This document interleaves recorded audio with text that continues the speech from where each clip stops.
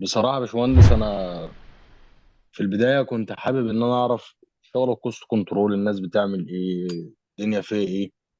تمام. بحيث إن أنا معظم شغلي في تنفيذ أكتر، يعني ما تعرضتش للشغل ده. بس قلت شفت مديرين مشاريع ناجحة جدا، عندهم دراية كاملة بالكوست كنترول بالبلاننج.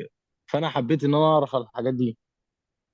وبصراحة في البداية كان الموضوع صعب، وبالأخص في أول محاضرة، مفاهيم النظرية والكلام ده كله. لكن بعد كده لما جينا نبدأ في الاستيميشن، حقيقي أنا حسيت إن في اختلاف رهيب.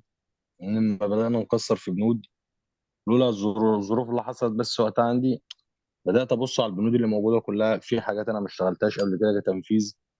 بدأت إن أنا أتطرق ليها، بدأت أجيب تليفون يشتغل على ناس زمايلي أكبر مني مشرفين يشتغلوا معايا. بدأت أعرف طرق تنفيذ البنود ديت إيه، وليه وازاي، ومشاكلها في ايه، عشان اما اجي اعمل استيميشن وعلى درايه كامله.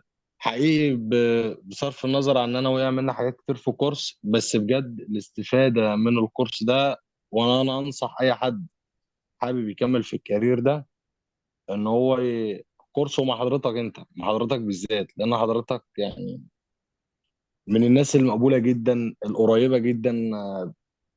بعيد عن كونك محاضر للكورس، لا، زميل عزيز واخ فاضل يعني.